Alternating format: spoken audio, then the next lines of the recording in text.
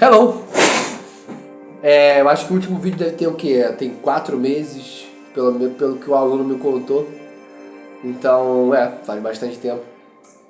Talvez, se eu não estou enganado, se não foi preguiça da minha parte, se eu não estou explicando post-rock, né, depois do evento, foi uma virada, de alguma maneira, em que eu estava estudando muito filosofia e eu me sentia à vontade de falar sobre temas de filosofia, achava que eles eram pertinentes de alguma forma.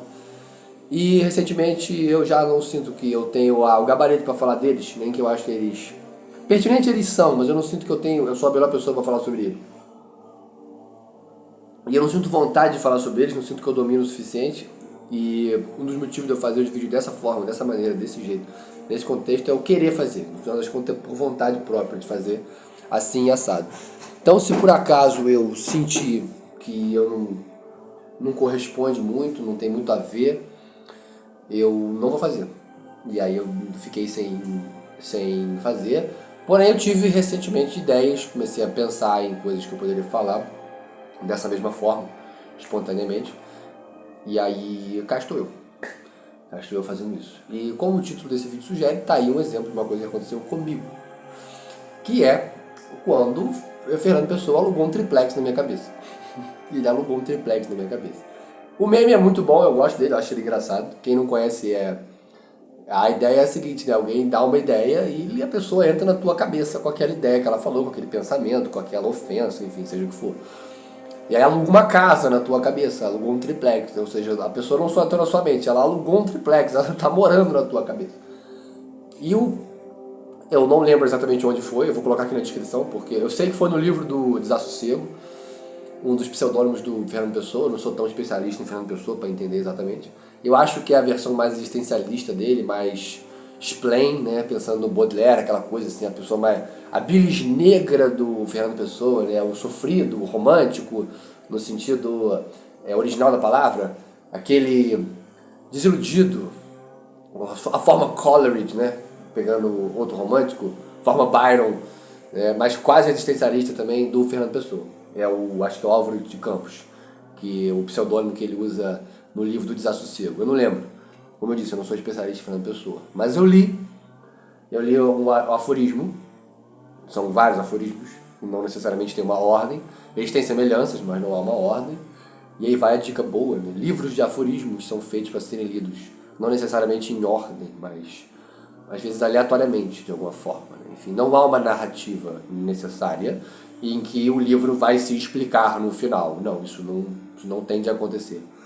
Principalmente nesse caso, os livros do Nietzsche também, quando são aforismáticos, também não tem esse compromisso, né? Enfim, você quer chegar no final, ou para dizer que você leu, ou para tentar que ele explique tudo o resto, mas, enfim, não é bem assim que funciona o livro de aforismo, né? Marco Aurélio, por exemplo, não imaginou que seria lido, então ele escrevia o que vinha na cabeça dele, independentemente de ordem. Só o livro 1, que é um livro que é o típico de um livro romano, em que há uma dedicatória a toda a família, etc. É uma tradição latina, não é uma invenção do Marco Aurélio. É a única parte que minimamente tem uma narrativa. De resto são aforismos, são pensamentos, muitas vezes esparsos. E até recomendado que você leia assim. Não importa que você leia o livro inteiro, 500 aforismos. O que importa é que algum te atinja. Eu só li 2 do Fernando Pessoa ainda, e me atingiram profundamente, né? Ele alugou um triplex na minha cabeça. Lá vou eu dizer o porquê. Aqui embaixo eu vou dizer quais são os números, né? Principalmente um aforismo. Nesse aforismo, o Fernando Pessoa critica, ele fala que é impressionante na visão dele, o que eu, enfim, discordo um pouco, mas enfim, ele imagina assim, como o Rei Lear de Shakespeare tem defeitos. Como é uma obra cheia de furo, cheia de problemas, cheia de... Eu não sei do que exatamente ele está criticando. Ele mesmo não diz exatamente o que ele está criticando. Mas o ponto dele não é uma crítica aos erros do Rei Lear, a peça. A crítica do Fernando Pessoa é bem simples. O problema dele é como, de alguma maneira, na mente de Shakespeare, Rei Lear tinha uma perfeição plena. Mas o trazer à tona da realidade da história acabou com ela. E aí ele pega a própria vida dele, as próprias situações dele e mostra que ele tem ideias de escritos, de pensamentos, de formas, de poemas, de histórias, que quando ele pega para escrever, ele fala, isso aqui é um lixo. Ele critica essa perfeição que é possível de alguma forma na mente e que na completude, no trazer da realidade, e aí o verbo em inglês faz mais sentido, que é realize, que é tanto perceber quanto tornar real, realizar. Então quando você realiza, tanto quanto percebe, quanto põe em prática, a perfeição vai embora. E ele sente um certo nojo. A sensação que passa é que ele tem um certo nojo dessa característica da realidade. A possibilidade de ver a perfeição e ao mesmo tempo não alcançá-la. E especificamente no ato criativo, que não é só você escrever um livro, uma poesia, um poema, uma história, mas todo ato no qual você tem que trazer à realidade alguma coisa. Às vezes é fazer uma rotina, às vezes é escrever, mandar uma carta, mandar um WhatsApp para o patrão porque você vai chegar atrasado. Você tem na mente aquilo de forma plena. A forma perfeita está ali em algum lugar. Mas quando você põe ela para a realidade, quando você a realiza, quando você realize ela vem imperfeita. E isso era algo que eu já tinha percebido de alguma forma, e essa é a magia da poesia, a magia da literatura, a magia da arte. Como disse o Taleb, é uma conversa unilateral com o não observado. A arte. Uma conversa unilateral, ou seja,